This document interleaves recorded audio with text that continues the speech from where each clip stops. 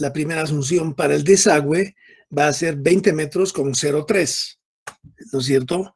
En cambio, si yo asumo 10 centímetros acá arriba, como primera cábala de la primera hora, como nivel al final de la hora, 10 centímetros aquí arriba, automáticamente significa que el tirante asumido para el desagüe de fondo será de 20,10.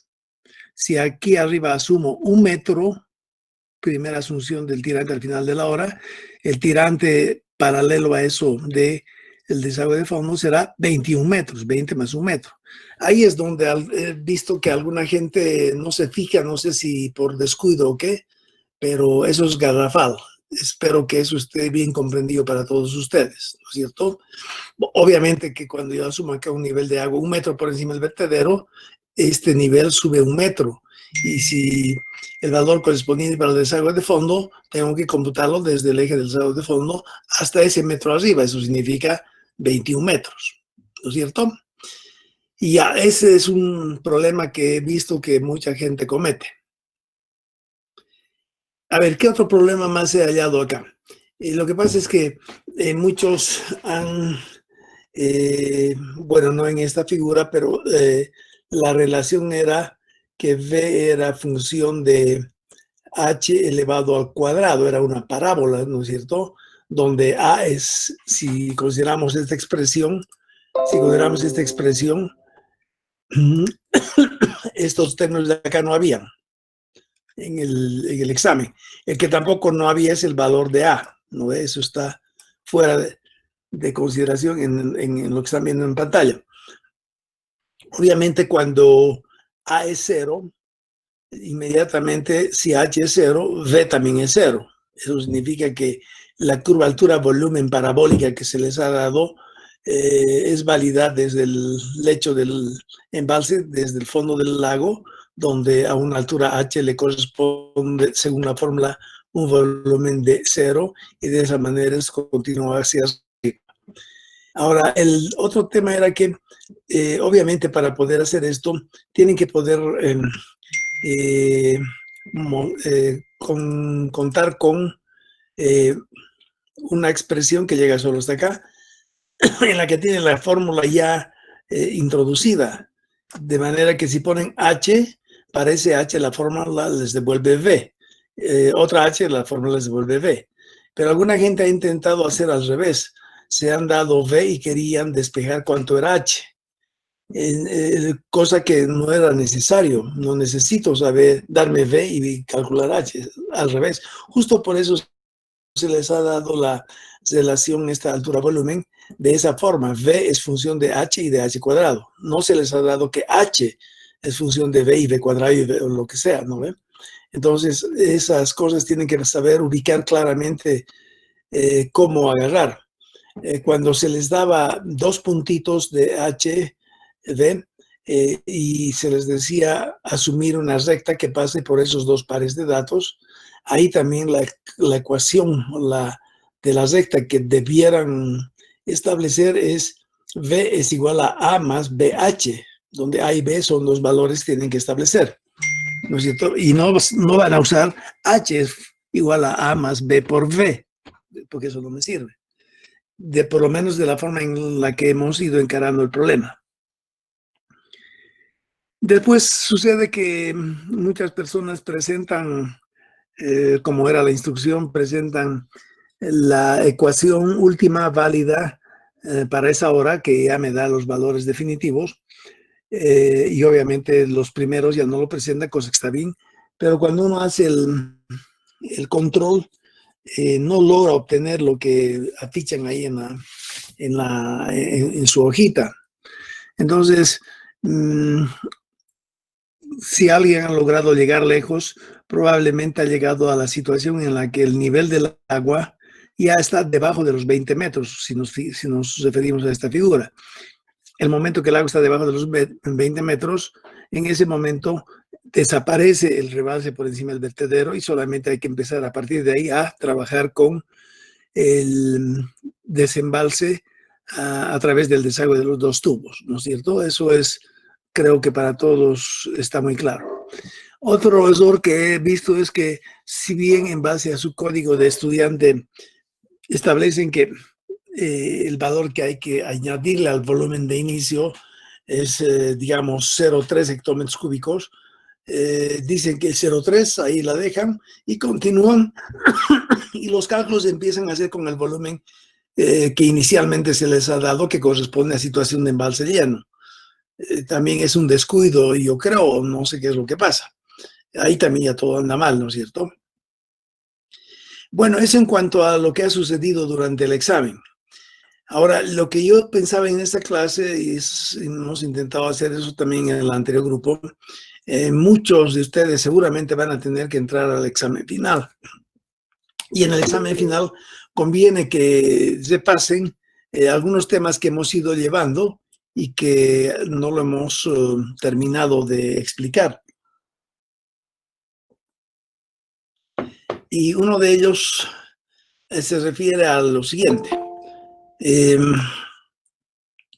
Ya lo habíamos explicado al inicio de las clases, esta situación en la que partimos de dos grupos de datos, X y Y. Fíjense que hay 1, 2, 3, 4, 5, 6 pares de datos. Cuando uno grafica los 6 pares de datos, en realidad obtiene la nube de puntos que están viendo en la pizarra, y es necesario que sepan, voy a borrar esto para que no nos confunda. Ya, es necesario que comprendan lo que ya expliqué en una ocasión y ahora voy a volver a explicar, porque esto va a ser parte del examen que viene como examen final y obviamente de la segunda instancia. Cuando tenemos dos variables X y Y queremos hallar la dependencia, la expresión Y es A más BX, y no contamos con mínimos cuadrados. Mínimos cuadrados es un método de optimización de los valores A y B, ¿no ve? Porque ¿qué es lo que hace mínimos cuadrados cuando introducimos estos 6 pares de datos? La calculadora nos devuelve el valor de A y el valor de B. En consecuencia, lo que hace la calculadora es calcular los valores de A y B, tal que cuando lo usamos en esa expresión de la línea recta y calculamos el caudal o el valor de Y, que esa forma nos proporciona para los 6 valores correspondientes de X, el resultado que le vamos a llamar Y calculado, sea lo más próximo posible al Y oficial. Entonces, lo que hay que hacer es intentar de obtener esta misma columna en verde, porque una vez que yo hago la regresión y esta regresión resulta esta, fíjense que al hacer eso simplemente lo vamos a hacer con Excel, la dispersión resulta esa, y en base a esto podemos calcular la recta, ¿no? Y esa recta nos la calcula Excel. Y obviamente si quiero visualizar la recta ahí, simplemente indico a Excel que me muestre esa recta y también, bueno, empezaremos con solamente eso, ¿no es cierto? Entonces, fíjense que el valor óptimo de A y B, es decir, la combinación de A-B, que en este caso sería 7.51 y 27.2, tal que al sustituirla en esta expresión Y es A más BX, resulta una línea que reemplaza la nube de esos 6 puntos. Los 6 puntos obviamente son esos que están acá en color azul, ¿no ve? Entonces, esta es la situación en la que los errores, en su conjunto 6 errores, son los más pequeños posible. Eso significa que los errores, si queremos cuantificar los errores, lo que hay que hacer es simplemente, si lo estuviéramos haciendo a escala, medir la distancia que existe entre este punto muestral, que en el eje vertical resulta igual a 54, digamos, no sé, o 60, y cuando ese valor lo leo en la recta, ese valor resulta más o menos 50. ¿No es cierto? Entonces el error será la distancia que desde la línea de la recta que acabo de obtener verticalmente hasta llegar al punto muestral. Ese es el error. En este caso, todo eso, todo punto que resulte por encima de la línea, nos ponemos de acuerdo, le llamamos positivo. El error aquí es positivo, el error acá también es positivo, y obviamente que el error acá, si se fijan bien, ya empieza a ser negativo. Cuando considero este punto, el error es negativo, acá es positivo, aquí es positivo y acá pareciera ser negativo. O en la medida en que el valor vertical en el eje vertical cae exactamente sobre la línea, el error es simplemente cero. Entonces, cuando yo me doy esos valores, acá yo ya he calculado a través de la regresión lineal que A y B resultan esto, ¿no es cierto? Ahora, esta expresión es la que al graficar en esta figura me proporciona esta línea recta. Esa línea recta resulta de unir todos estos puntos y he calculado, ¿no es cierto?, contra los valores de X. Fíjense, estos valores de X y estos valores de Y he calculado son los que me permiten visualizar esta recta perfecta analítica que acabo de obtener. Obviamente acá ya están siendo los errores calculados. Si se fijan acá, este valor F2 es la ecuación de la recta, ¿no es cierto? Cualquiera de ellos tiene la ecuación de la recta.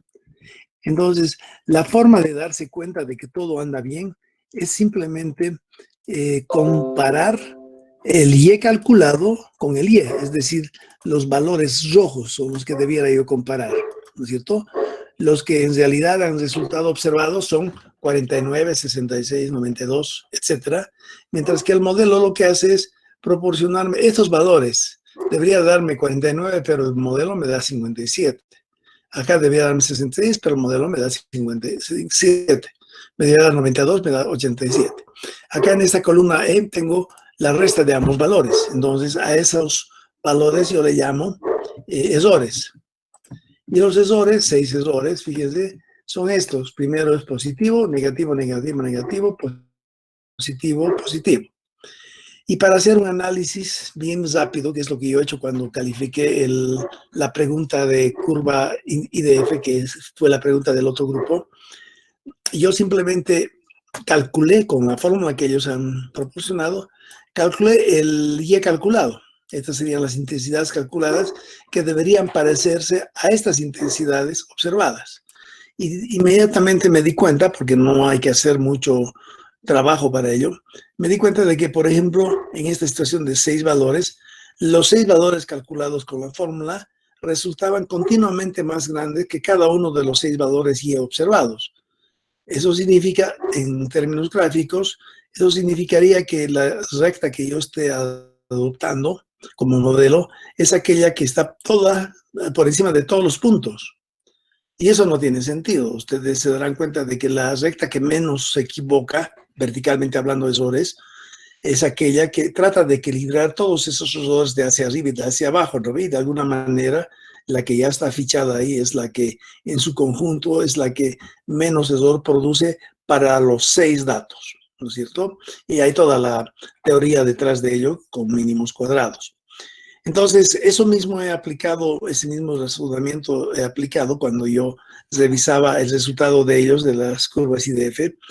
Proporcionaban ahí para 20 años periodo de retorno, mi curva Y es A sobre B más D, es tal cosa, donde A y B ya los había sido estimado por el estudiante, y con esa curva ya encuadrada y proporcionada como resultado final de esa pregunta, yo lo que he hecho ha sido calcular los Y calculados, ¿no es cierto? Acá está representando esto la línea recta, pero si fuera la curva esa tendría que aparecer ahí la ecuación que el estudiante ha proporcionado.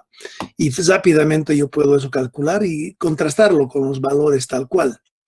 Y todo el tiempo me fijaba que en algunas ocasiones, algunos proporcionaban aquí todo el tiempo valores más grandes que estos de Y en verde, y algún otro alumno que proporcionaba aquí valores todo el tiempo más pequeños que esto. Entonces, eso señala que eso está mal, ¿no es cierto? Porque contradice la situación en la que la recta o la curva debería intentar pasar por entre los puntos tratando de minimizar el conjunto de los 6 errores, en este caso, de nuestro problema. Bueno, como ya tengo acá los errores, son las distancias verticales de cada punto observado a la recta. ¿no es cierto?, verticalmente. Entonces tengo esos dos, son los errores. ¿Ves? Si se fijan es 49 menos 57,3 o 57,3, etc. Lo que yo hago seguidamente es cada uno de ellos los elevo al cuadrado. 8.33 elevado al cuadrado da 69,4. Menos 8,7 elevado al cuadrado da 75,2, etc. En ese momento a esta columna le llamo errores al cuadrado. Y obviamente la ventaja es que todos son positivos. Y yo puedo sumar ahí los 6 errores que previamente han sido elevados al cuadrado, sumo, y resulta que en este caso sale 566. Al valor 566 yo le voy a llamar sumatoria del cuadrado de los errores. ¿No ve? Hasta ahora es todo coherente, todo sentido común.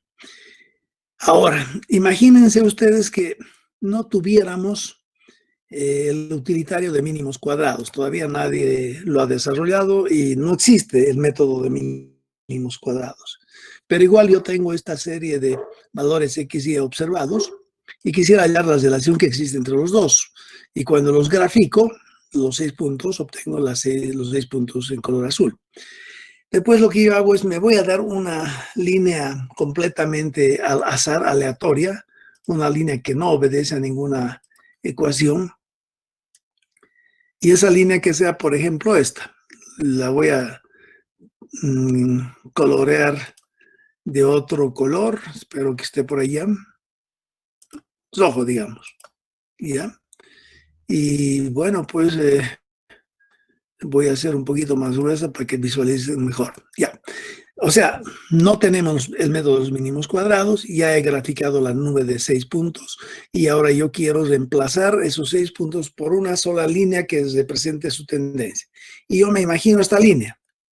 O la voy a hacer más prolongada para que vean más rápido qué es lo que quiero decir. Supongamos que yo voy a tratar de reemplazar esos por esta línea. ¿No ven? La negra no existe y solamente existe la línea roja. Para trazar esa línea roja, yo necesito haberme dado AB dentro de lo que es esta ecuación, y A más BX, ¿no? Me doy A, digamos, igual a un valor, digamos 2, y B me doy 4. Cuando A es 2 y B es 4, yo tengo Y es igual a 2 más 4X. Y para cada X del eje horizontal en esta figura, yo calculo ese valor y obtengo esta línea roja. ¿No ve? Hasta ahí todos me han seguido sin ningún problema. Esta línea roja, conozco su ecuación y yo me la he dado al azar, aleatoriamente. A partir de esa situación, lo que yo hago es simplemente hacer lo mismo que acabamos de hacer, es cuantificar el error que está cometiendo la línea roja. Y ese error lo voy a medir desde el punto muestral azul hasta la línea roja. Ese sería un error. En este otro punto el error sería menor, ¿no ve? En este punto el error también va a ser menor. Esto tiene que hacerlo más pequeñito, ¿no es cierto? Entonces, para cada uno de los 6 puntos, verticalmente coloco la flechita esa y puedo medir el error. Obviamente que si lo hago muy a escala, a buena escala, puedo hacer el trabajo gráfico, ¿no? Mido con una regla y mido cuántos centímetros se equivoca. Pero en lugar de eso, lo que yo puedo hacer es lo mismo que hace rato, ¿no? Como yo estoy dándome el valor A y B, 2 y 4, ¿no es cierto? Para estos dos valores trazado la línea, entonces hago lo mismo que acá, ¿no? Para calcular, y ahí pondría 2 veces B7 más 4, ¿no ve? 2 veces B8 más 4, 2 veces B9, etc.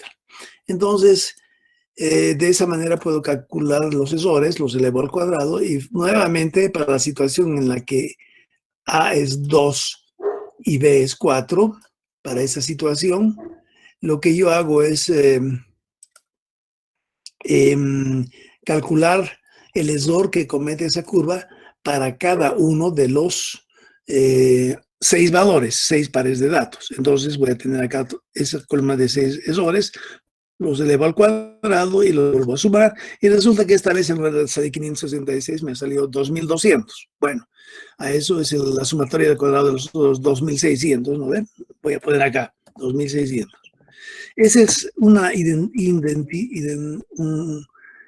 indicador de cuánto en su conjunto se está equivocando el trazo rojo donde A y B me he dado igual a 2 y 4 y cuánto se equivoca de cada uno de ellos, y entonces la sumatoria cuadrada de los errores es 2600. Después, en lugar de darme 2 y 4, me voy a dar A igual a 1 y B igual a 5. Y en ese momento mi curva ya no va a ser esa, va a ser alguna otra curva, qué sé yo, va a ser, va a tener otra tendencia, digamos, va a ser una curva que está tal vez así ya también, ¿no es cierto? Conozco la ecuación de esta curva en rojo, de esta nueva curva en rojo, y nuevamente calculo los errores y eso sale 2600, etcétera. Yo puedo hacer infinidad de combinaciones A-B y para cada combinación yo calculo la sumatoria del cuadrado de errores. ¿No ve? ¿Hasta cuándo hago eso? Hasta que la sumatoria del cuadrado de errores dé el valor más pequeño posible. Mientras más pequeño posible este valor, entonces la recta que acabo de trazarla, conociendo su ecuación, se estará equivocando lo menos posible. Y para automatizar esos cálculos, lo que yo hago es entonces, para la situación en la que A y B era 2 y 4, A era 2, B 4, coloco un círculo fíjense, este de acá. Para A es 1, 2 valores, y para B es 1, 2, 3, 4 valores. Este es el círculo que me representa esta situación, A y B 2, 4. Y en esa situación, la sumatoria cuadrado de los errores me da un valor que es este. ¿No ve? El índice de del círculo es este valor. Después yo digo, voy a ensayar con la combinación de valores 1 y 5. Entonces en el eje horizontal me doy 1, que es esta distancia, y en el eje vertical me doy 5. En consecuencia, este punto me representa la coordenada 1, 5. 1, 5 introduzco, trazo la línea que va a ser diferente, calculo los 6 errores, los elevo al cuadrado, los sumo y obtengo otro valor de SCE. Entonces, al ladito de esa combinación tengo esto. Ahora, si se fijan, para hacerlo más eficiente en mi trabajo, lo que yo puedo hacer es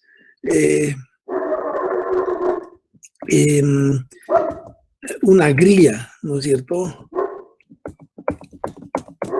Y para la grilla, entonces, para cada combinación AB, yo puedo conocer su sumatoria de cuadrado de errores. Entonces, yo tengo una cuadrícula en esta figura AB, una cuadrícula donde todos los redonditos significan una combinación AB cada vez diferente, y obviamente cada uno de ellos tiene acoplado así el error. Y como los que ya han hecho topografía y saben trabajar curvas de nivel, pueden empezar a hacer ese trazo, ¿no es cierto? Y van a ir uniendo valores del mismo valor. Uy, no es muy bueno esto. Van a ir uniendo, obviamente, valores iguales, ¿no? Y de esa forma van a obtener curvas de nivel. Y esas curvas de nivel automáticamente les va a conducir a ustedes a valores, a varias curvas que al final puede ser que logren ustedes tener, uy, qué feo, ¿no? No me gusta que eso esté formato de forma, color, estilos, relleno, no hay un relleno acá. Ah, relleno, sin relleno, ¿no ven? Después yo voy a trazar todas esas curvas de nivel y probablemente en algún momento yo halle el valor mínimo, por ejemplo ahí, y obviamente acá al centro se va a resultar las coordenadas A en el horizontal y B en la vertical, tal que al sustituir ese valor de AB en esta expresión, graficarla acá por entre medio de todos los valores muestrales, en ese momento sé que esta línea que acabo de obtener acá, basándome en esta combinación AB, me va a proporcionar los valores óptimos de A y B significa en esta ecuación y aplicar esta ecuación a los valores X muestrales observados, obtengo el Y calculado, tal que la distancia entre el y el Y calculado es lo mínimo para el conjunto de todos ellos. Entonces, esta sería la forma de trabajar si yo no conociera el método de los mínimos cuadrados, ¿no es cierto? Ahora, el tema es que cuando yo tengo que relacionar no solamente Y versus X, sino, por ejemplo, acá lo pondremos, Y en función de X1, que sea X1, pero también en función de X2. Cuando lo copie acá, aquí va a ser X2, ¿no es cierto? Fíjense, en esta situación Y no solamente depende de X1, sino también al mismo tiempo depende de X2. Entonces yo puedo ampliar esta ecuación y decir, tal vez una forma de representar esto sería de X más 1 más C X2. Fíjense, sigue siendo una expresión lineal. Acá tenemos simplemente una Y que es variable que depende de las otras dos. En esta situación lo que yo hago es, ya no voy a poder graficar una figura donde aparecen A y B, sino tengo que graficar una figura en la que aparecen A, B y C, ¿no es cierto? Entonces tendría ya 3 dimensiones, ¿no? Y para una combinación de A, B, C, las 3 dimensiones, ya me estoy ubicando en el espacio, en una pelota, digamos, en un espacio, un punto en el espacio, voy a graficar el puntito ABC, y a ese puntito, obviamente que le va a corresponder nuevamente una sumatoria del cuadrado de los errores. Después voy a darme otra combinación de ABC, entonces en el espacio dentro de A ya va a ser diferente, B va a ser diferente y C va a ser diferente, entonces el puntito, el círculo va a aparecer en ese espacio, en otro sitio. Y a ese puntito, obviamente, que le voy a asignar también la sumatoria del cuadrado de los errores. Entonces, de esa manera, yo logro representar para 3 coeficientes o 3 parámetros del modelo, ya no más una figura bidimensional donde tengo curvas de nivel, sino una figura de dimensiones donde en lugar de tener curvas de nivel, lo que yo voy a obtener son esferas. Cada vez una de ellas va a ir más adentro, y al centro de la esfera va a estar los valores de A y C, que al combinar los 3 en la expresión esta y aplicarlas a los valores X1 y X2 para obtener un Y acá, Y calculado, va a cometer el menor error posible. Entonces, esa sería la forma de hacerlo. Obviamente, esto todavía se puede representar a través de una esfera. Cuando yo tengo además una otra variable, un X3, por ejemplo, ¿no es cierto? Entonces, ya no puedo hacer el trabajo de representación en una esfera, porque aquí se va a añadir un valor más, C más C2 más ABC B por X3, ¿no ve? Ya son 3X los valores independientes de los cuales depende Y.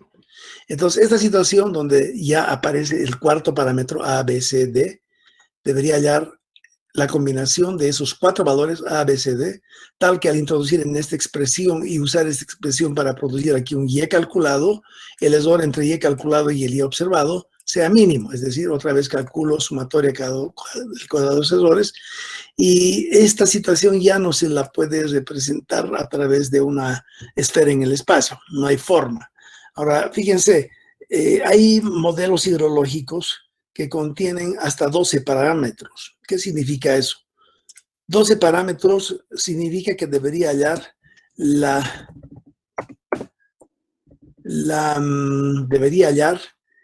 combinación de esos 12 parámetros, tales que al usarlo dentro de las ecuaciones del modelo, me proporcionen el mínimo error, la sumatoria del cuadrado de errores mínimos posible.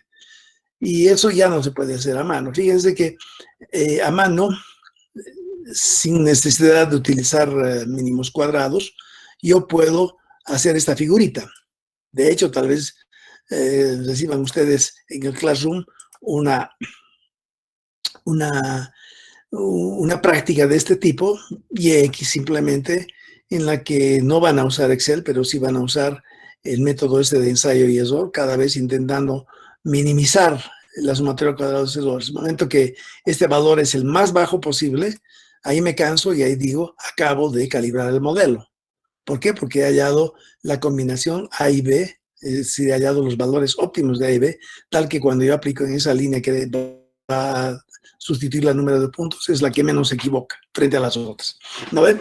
Eso se puede hacer a mano, ayudándose de esta manera, ¿no? Acá pueden cuadricular A y B, eje B y el eje A, de manera que en cada intersección, para cada intersección calculen SC, SC y después intenten graficar curvas de nivel, y es señal de que justo al medio, acá al medio, se encuentra la calibración.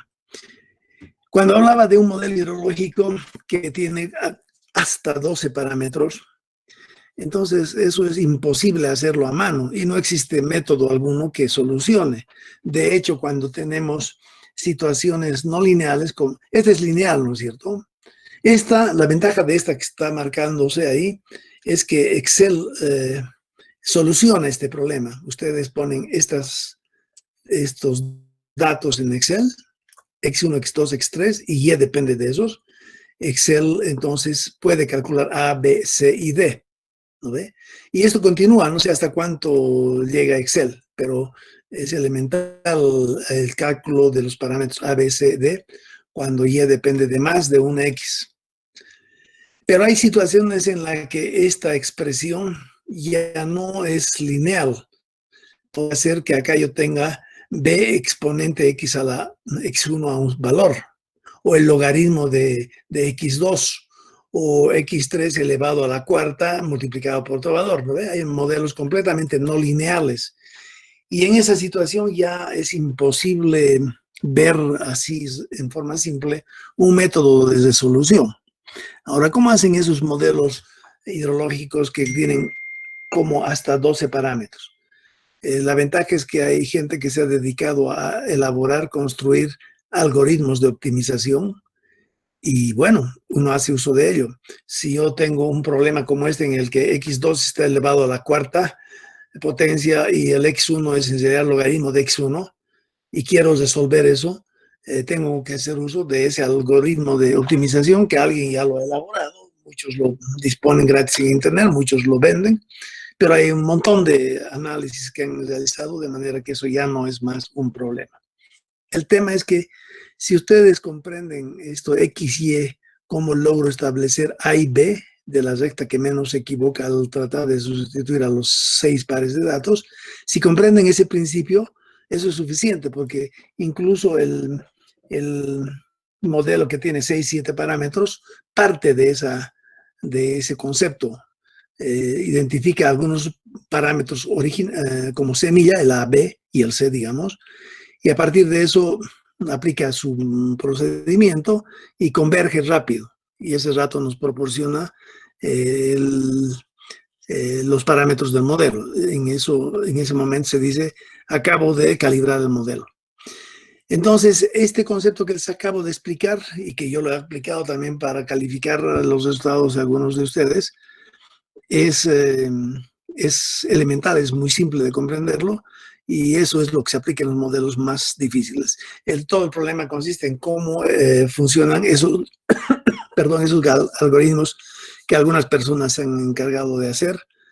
Tienen otra vez toda una teoría alrededor de ello, ¿no? Por ejemplo, cuando se ocupan de esta figura donde en el programa hay que lograr de converger hacia el centro, van trazando la tangente a la línea, a la curva de nivel externa, y con la tangente de algún momento necesitan la perpendicular de ella obtener y dirigirse hacia la siguiente, y de esa manera rápido llevan al punto óptimo en combinación A y B.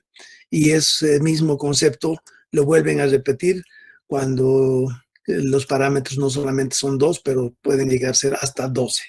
¿ya? Y esos métodos de optimización, obviamente, no hay, el que los estoy explicando así de una manera tan simple es uno, pero deben haber muchísimos otros más. Es todo otra ciencia eso.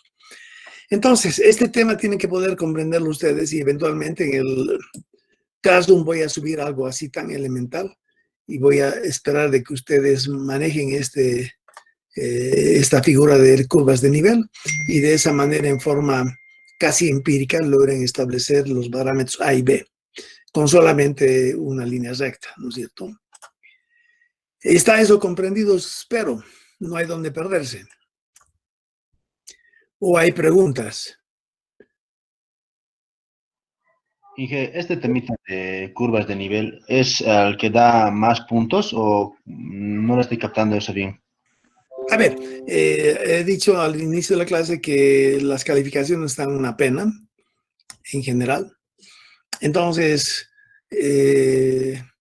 podríamos hacer, tal vez, es que la idea era de que hoy en la clase emprendan ustedes algo así como lo que estoy mostrando, pero se nos ha pasado la clase explicándoles cómo funciona, que también está bien porque si no, tal vez ni se hubieran dado cuenta muy bien cómo hacerlo, ¿no ve? La idea es la siguiente. Digamos, yo les voy a dar algo parecido. Tengo que pensarla todavía y tal vez con eso logran ustedes mejorar. Esa es una posibilidad. La otra posibilidad es que no les doy esto en Classroom, pero los que tienen que dar examen final tienen que saber este tema, sí o sí. Este tema más el curvas doble masa, doble acumulada que hemos visto en la última clase. Y obviamente los que le están apuntando al examen de segunda instancia, lo propio. Y los que le están apuntando a repetir el curso les va a servir mucho para el próximo semestre. Ya, no estoy seguro ahorita si vamos a hacer eso. Otra idea que tengo para mejorar la nota de ustedes, si por ejemplo de todos los exámenes que corrija, el que más puntos ha sacado es, por decir, 70 puntos, lo que puedo hacer es multiplicar 70 por un factor tal que el resultado sea 100. Entonces ese que ha sacado 70 va a tener 100 de nota y todo el resto obviamente voy a multiplicar por ese mismo factor y obviamente el que ha tenido 20 en su examen probablemente suba y si tiene suerte tal vez llegue a 51, ¿no ve? Esa sería la otra forma de lograr elevar la puntuación general de todos ustedes. Y eso habría que hacer con los que han dado el examen tránsito y lo propio hacer para los que han dado, el grupo que ha dado en su examen el tema de curvas IDF. Así también evito que mantenerlos ocupados con esto mientras tienen que estar estudiando para otras materias. Ya, entonces estén atentos a ver qué es lo que sale en el Classroom. Ya, entonces tal vez simplemente a toditos les aumento en la misma proporción que al primero hasta llegar a un valor 95, por ejemplo. Y de esa manera ver cuántos han logrado mejorar. Ya, entonces, en todo caso, esto que acabamos de explicar ahorita, los que sí o sí van a tener que ir al tercer examen, al examen final, tienen que saber esto que acabamos de explicar. Por lo menos conceptualmente vuelvan a revisar, traten de entender cómo funciona la cosa y eso es suficiente. Ya, y ahora lo que vamos a hacer es empezar a refrescar lo que habíamos visto en la última clase en relación a lo que es curvas doble acumuladas, que también es tema del examen. En realidad debería ser tema de todo mundo, pero por el tema de que con los dos primeros ustedes ya pueden aprobar la materia, lamentablemente los otros, ellos que ya se han eximido, ya no le van a prestar atención, ¿no es cierto? Ya, entonces eso está de esa manera. Si hay alguna pregunta, díganlo ahora y si no, continuamos explicando el otro tema. Ya, ¿ustedes han dado curvas IDF o un montón de gente me está diciendo que dieron curvas IDF? Bueno, no está mal, ¿no? Saber de lo otro también. Ya, en las curvas IDF obviamente ya he explicado cómo se aplica el concepto que acá está en la pizarra, ¿no es cierto? Para cualquier modelo, cualquier expresión, el procedimiento es el mismo y lo que rescatamos de acá para poder aplicar a los resultados que han presentado los IDF es simplemente agarrar la expresión, la fórmula final que han producido para un periodo de torno de 100 años, por ejemplo, y con esa calcular los valores analíticos con la misma fórmula, y esos valores analíticos deberían parecerse a los valores que fueron utilizados para establecer esa curva. Y eso tal vez les puedo mostrar acá para que se den un poco más de cuenta. Perdón. Aquí, fíjense. Si se fijan, yo he elaborado este Excel. En rojo están los valores del examen que han tenido ustedes, ¿no ven?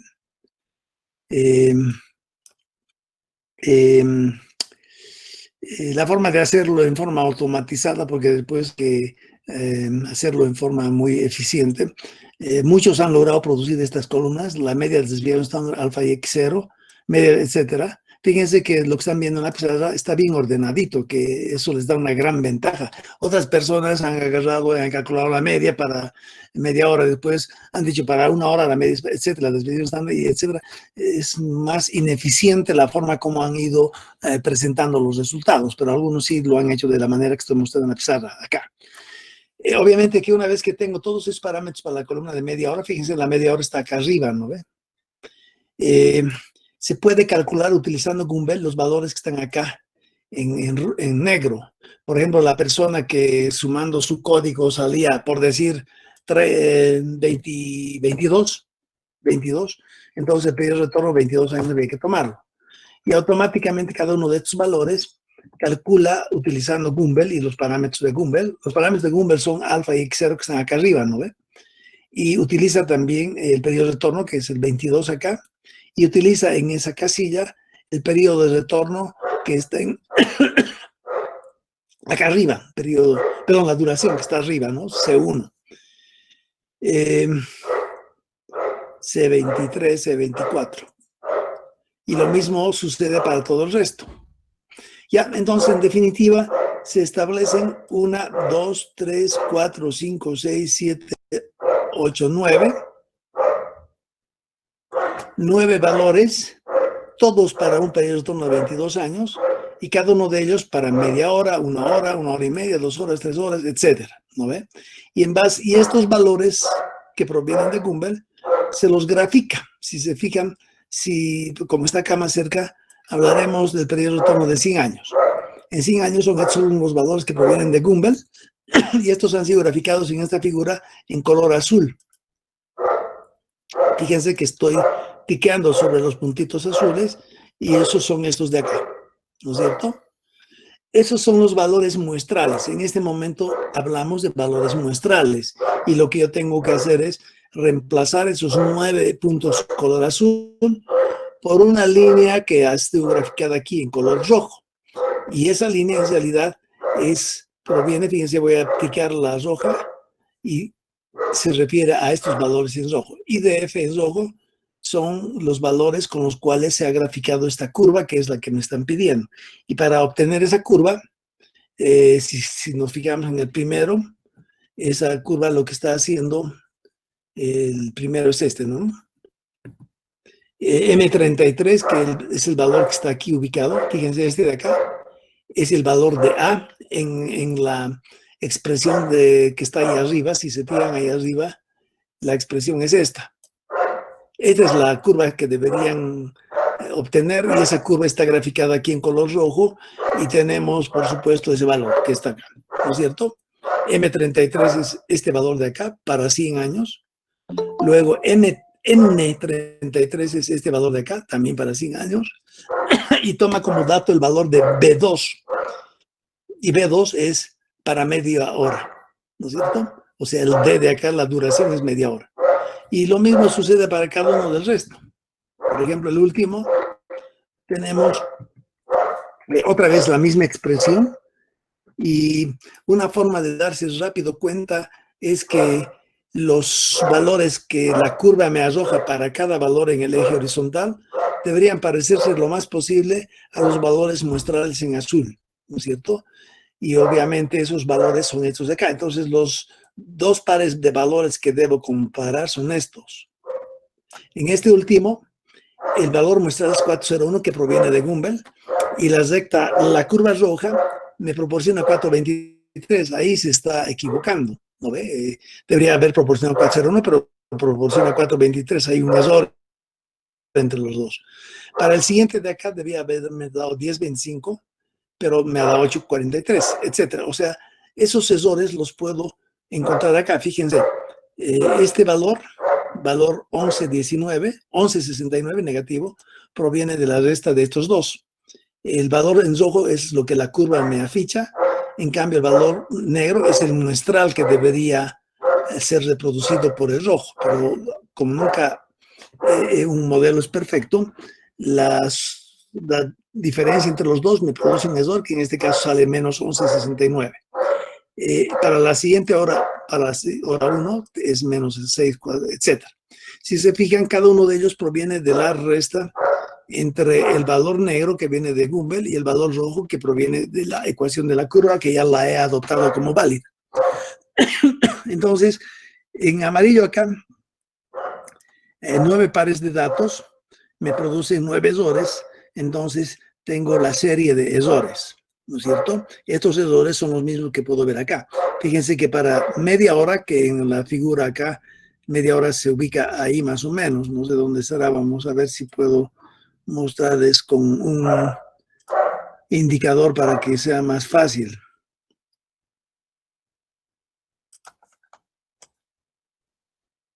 Ya, el primer error, he dicho, este primer error de menos 11.69, en realidad la curva me debería haber dado 81.91, pero me da 93.59. La diferencia de los dos es este error.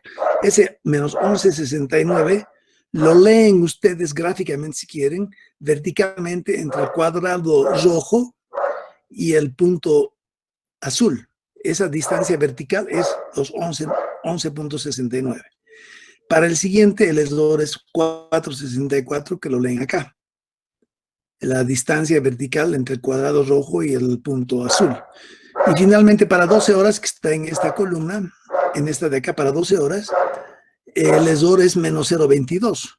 Y ese error lo divisan acá, a la derecha, como distancia vertical entre la línea roja y el punto azul, casi es imperceptible, ¿no es cierto? Entonces, esta gráfica, obviamente que ya me indica de que la línea roja está tratando de sustituir a los 9 puntos azules, y el error que comete no es muy grande. Y si lo queremos ver más en detalle, los errores están acá. Hasta ahí no hay donde perderse.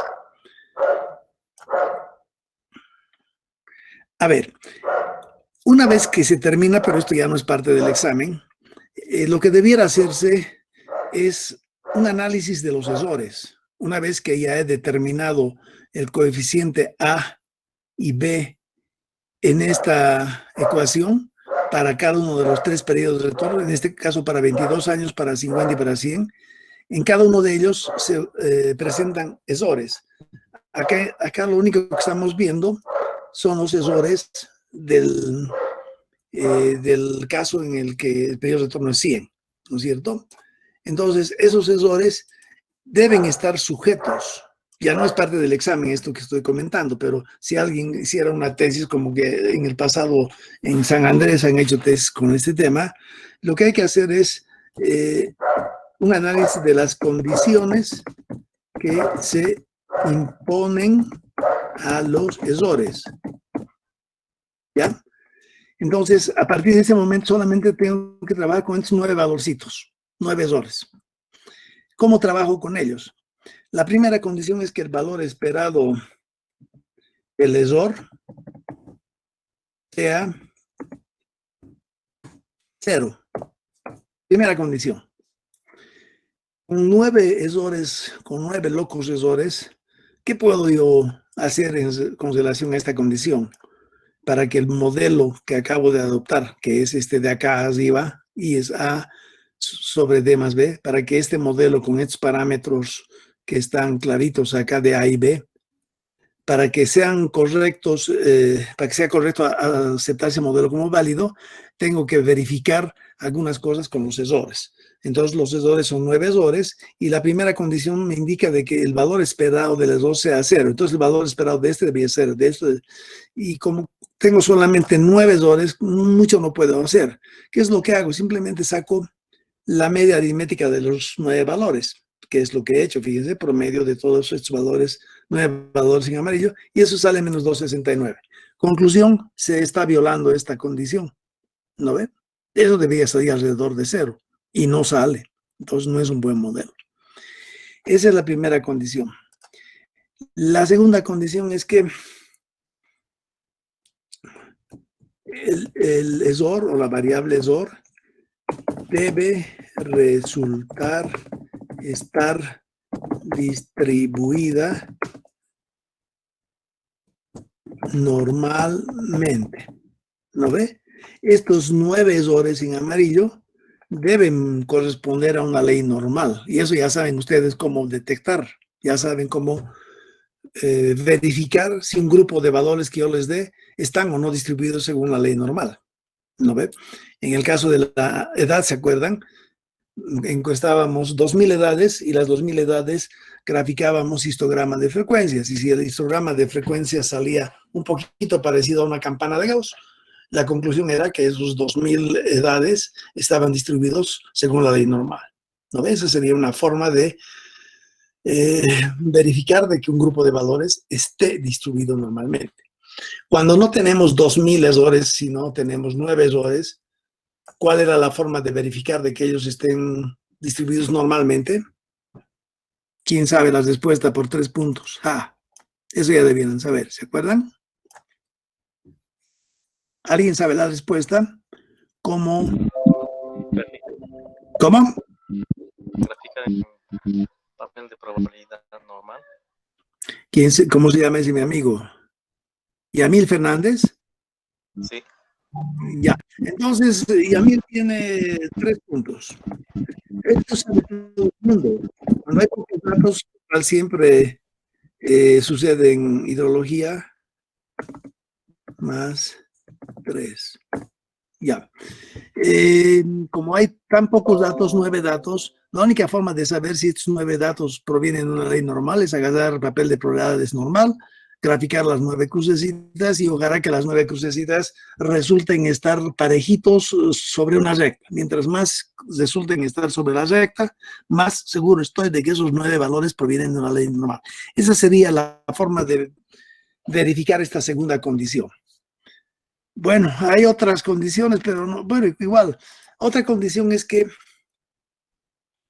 los errores deben resultar I y D, independientes idénticamente distribuidos. ¿Cómo puedo verificar eso? ¿Qué significa eso? Que este 464 negativo no dependa del menos 1169 o que el 192 no dependa para nada del anterior, ni del anterior, ni del anterior. ¿Cómo verifico eso de que es independiente esos valores, los 9 valores entre sí son independientes? ¿Cómo verifico? Otra vez tres puntos. Con el factor de autocorrelación, Inge. ¿Y qué tiene que haber? Hay que graficar la nube de puntos, hay que sacar el RO1, RO2, RO3 y ver quién está dentro y fuera. Así verificamos si son dependientes o independientes. Ya, ¿están de acuerdo? Entonces, Yamil Fernández tiene otra vez 3 puntos, ya van 6 puntos. Ya, obviamente esa es la forma de salir de la duda de si esos errores dependen el uno del otro o no, o son valores completamente aleatorios entre sí. Ahora, si resulta que la función de autocorrelación presenta teóricamente una línea recta en el eje vertical 0, quiere decir que ρ1 es 0, ρ2 es 0, ρ3 es 0, ρ4 es 0, todos los ROs deberían ser 0. Obviamente no lo van a hacer, ¿no? Uno va a ser más arriba, más abajo, debido a que tenemos pocos datos. Y para salir de la duda, hay que ponerle ahí sus franjas de confianza, tanto arriba como hacia abajo. Por más que sea diferente de ser un RO, pero no se salga más allá de la franja de confianza, para fines nuestros es 0. Esa sería la forma de verificar que se está cumpliendo esta segunda condición que se impone a los errores resultantes de este modelo. Y finalmente la última, es un poco más, errores deben cumplir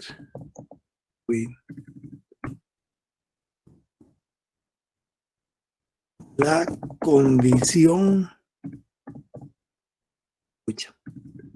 no hay acentos, a ver, la condición de homocedasticidad. Una palabra medio rebuscada, ¿no ve? Homocedasticidad, eso es una condición que debieran cumplir los errores. En estocástica hay estas 4 condiciones, si se acuerdan. ¿Alguien sabe qué es la condición de homocedasticidad de una serie? ¿Cuándo una serie cumple con esa condición y cuándo no? ¿Quién me dice? 3 puntos otra vez. Mientras piensan, yo voy a intentar de encontrar una gráfica para no tener que estar de nuevo haciendo todo. ¿Quién sabe qué es la condición de homocedasticidad?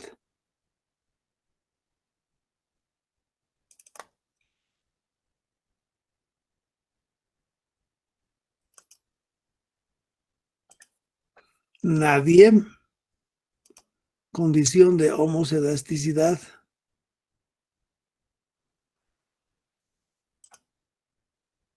Porque ese tema yo creo que sí lo hemos llevado.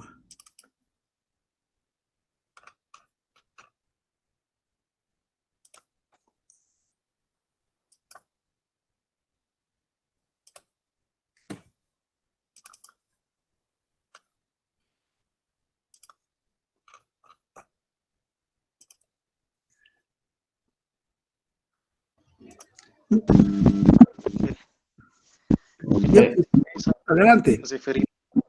Es algo referido con el ruido blanco que es aleatorio, pero tiene mismas cantidades hacia arriba y hacia abajo. Algo así.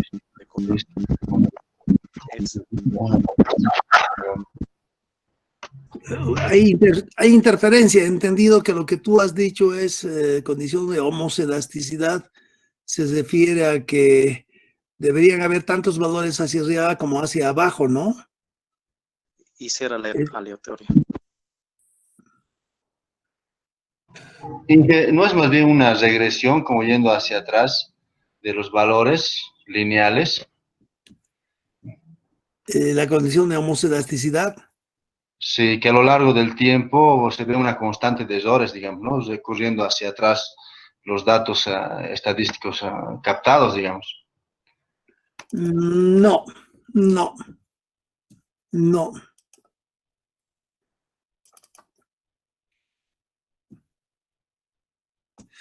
Ya, entonces, en realidad, pucha, sería bueno si encuentro algo, porque así, a ver, condición de homocedasticidad. Está donde acá me imagino ya. A ver, cuando hablamos de condición de homocedasticidad, supongamos que tenemos, ya, fíjense, son 9 errores que están aquí en amarillo, ¿no ven? Y esos 9 errores los grafico en esta figura. Tiqueo ahí, fíjense. Estos 9 valores están graficados acá. Aquí claramente se ve que la línea roja, perdón, la línea del 0 se ubica en forma desproporcional al resto. Esa línea está acá, fíjense. Voy a graficar esta.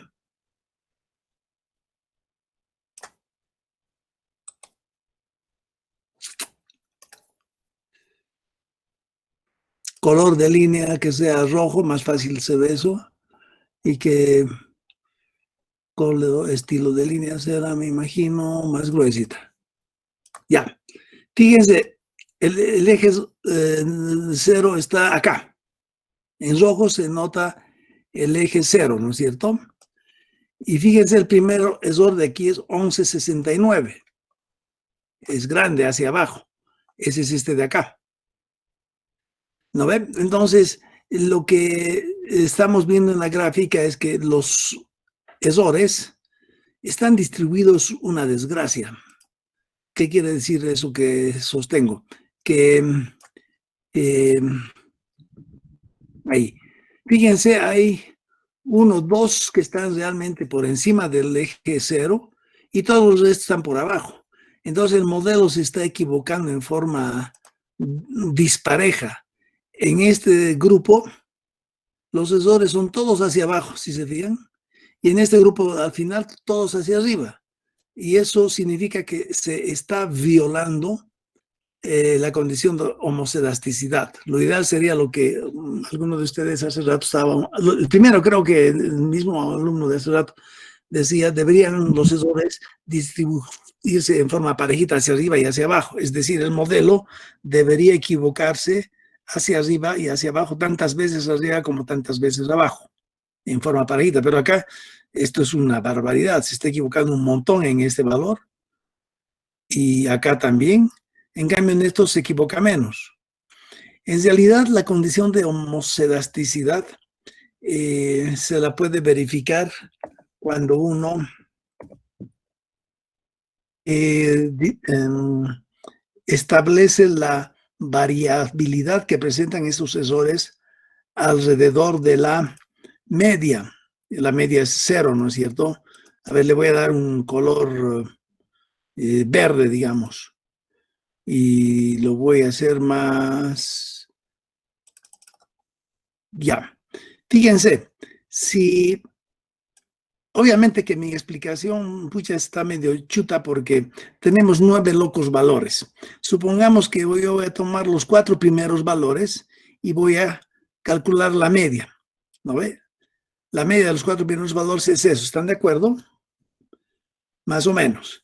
Si calculo la media de los últimos 4 valores, esa media va a venir tal vez ahí. ¿No ve? Y si para este periodo de los 4 primeros valores yo calculo la variabilidad, significa eso que la desviación estándar calculada con estos 4 primeros valores es no sé de cuán grande. Vamos a ponerle una flecha que me permita decir cuán grande es esa variabilidad. Supongamos que la variabilidad es así de grande.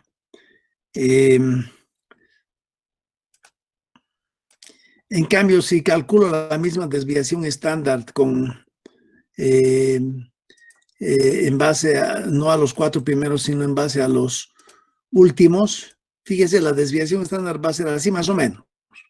En promedio de la línea verde, que es la media de esos 4 primeros valores, los valores se apartan hacia arriba o hacia abajo, pero en promedio se apartan de esa manera. Eso sería una medida de la desviación estándar. En cambio, cuando yo hago eso para los últimos 4 datos, calculo la desviación estándar de los últimos 4 datos, esa desviación estándar sale más pequeñita. Fíjense, algo así podría ser. Alrededor del valor medio, que es esta línea verde, los valores se apartan hacia arriba y hacia abajo, en promedio, la distancia que está dada por la flechita. En cambio, la desviación estándar de estos primeros 4 valores es más grande, hay más variabilidad. Entonces, la desviación estándar está definida por esta flecha, ¿no es cierto? En el momento en que esta desviación estándar sea diferente de esta otra desviación estándar, se está violando la condición de homocedasticidad. ¿Cuándo es que se cumpliría la condición de homocedasticidad? Ahora les voy a decir aproximadamente cuándo sucedería eso. Es obvio que eso solamente vamos a poder verificarlo con muchísimas más series. Con 9 series, pues ya medio difícil hacer la verificación. A ver, voy a intentar graficar sobre esto. Espero que salga este verdecito. Si mi serie de 9 valores sería algo así como esta, como la que estoy graficando, uy, esta última parte tal vez uy, qué macano. Tal vez un otro color más fuerte, este tal vez. Este. Si mi serie fuera esta, fíjense, si en esta serie yo saco la desviación estándar con los primeros datos, sale un valor. Si saco la desviación estándar con los últimos datos, sale también un valor. Si esos dos valores ya se van a aparecer más, porque la variabilidad de los últimos 4 alrededor de su media es más o menos igual a la variabilidad de los primeros 4 con respecto a su media. A eso se refiere cuando yo digo, cuando los errores resultan al graficarlos algo parejito como esta que acabo de hacer, se puede aceptar de que no se está violando la condición de homocedasticidad. Entonces está cumpliendo con ese requisito. En cambio, si nos fijamos en la serie que estamos obteniendo aquí a la derecha, pucha, imposible sostener que la variabilidad al inicio es igual que a la variabilidad al final. Al inicio claramente la variabilidad es más grande que al final, ¿no ve? Entonces, a eso se refiere la homocedasticidad. Ojalá que una vez que yo obtenga los 9 errores y los grafique, me resulte una línea parecida a esta que está ahí, ¿no ven? Porque donde quiera que yo me ubique horizontalmente, la desviación de estándar que yo saque con esos valores, resulta un valor que es exactamente igual a la desviación estándar que yo saco con los últimos valores. Con otras palabras, la variabilidad de los últimos valores alrededor de su media es más o menos igual a la variabilidad de los primeros valores con respecto a su media. Y en todo el recorrido horizontal, esa variabilidad debe ser más o menos la misma. No puede ser que al principio varíe mucho y al final varíe poco. Por ejemplo, un ejemplo de una serie que viola la homocedasticidad son valores mensuales. A ver, pónganse a pensar, voy a graficar valores mensuales en función del tiempo. Enero, febrero, marzo son valores bien altos, ¿no ve? Marzo, abril, mayo, llego a junio, julio, casi no llueve, los valores son muy pequeñitos. Llego a fin de año, otra vez hacen muy altos. Pasa la época de lluvias, otra vez se hacen pequeñitos. Si visualizan esa serie, la desviación estándar durante los meses de junio, julio, agosto es bien pequeñita. En cambio, la desviación estándar de los meses noviembre, diciembre, enero, febrero, marzo es bien grande. Como esas dos desviaciones estándar han sido calculadas en diferentes periodos en la horizontal y no se parecen, entonces se está violando la condición de homocedasticidad. Espero que con eso esté comprendido el concepto de homocedasticidad. A ver, David Quiroz Arce dice la homocedasticidad es una característica de un modelo de regresión lineal que implica que la varianza de los errores es constante a lo largo del tiempo. Está bien la definición, ¿están de acuerdo todos? David, ¿de dónde lo has sacado esto? David Quiroz, ¿estás todavía ahí?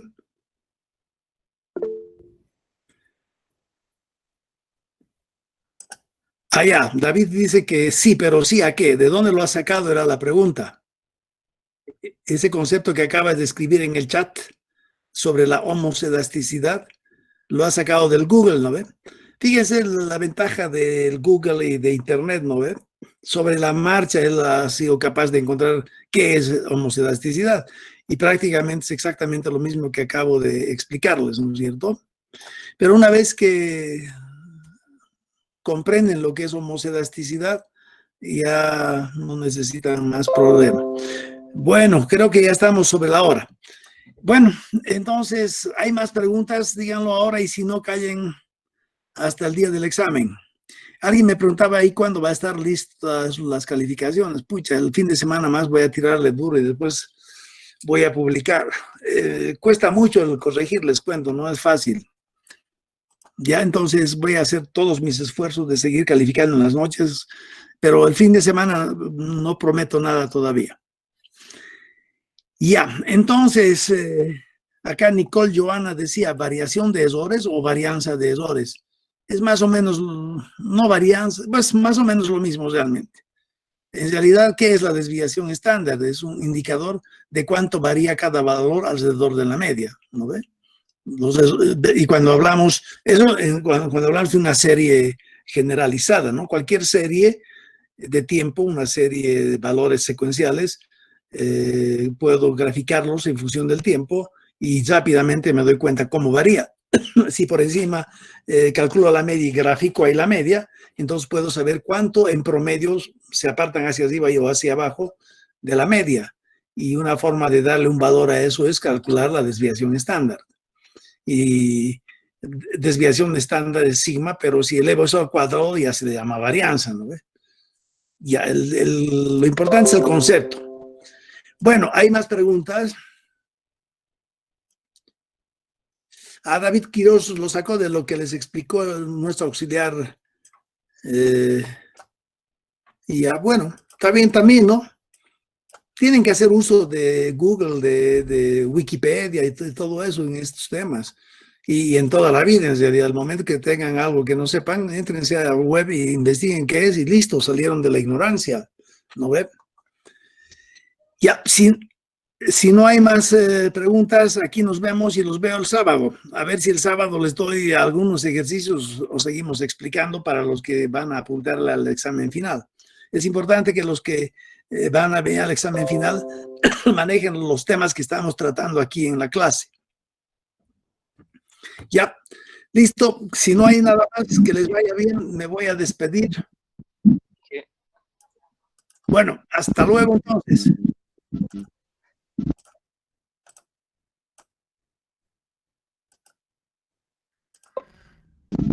¿Quién se ganó los últimos 3 puntos?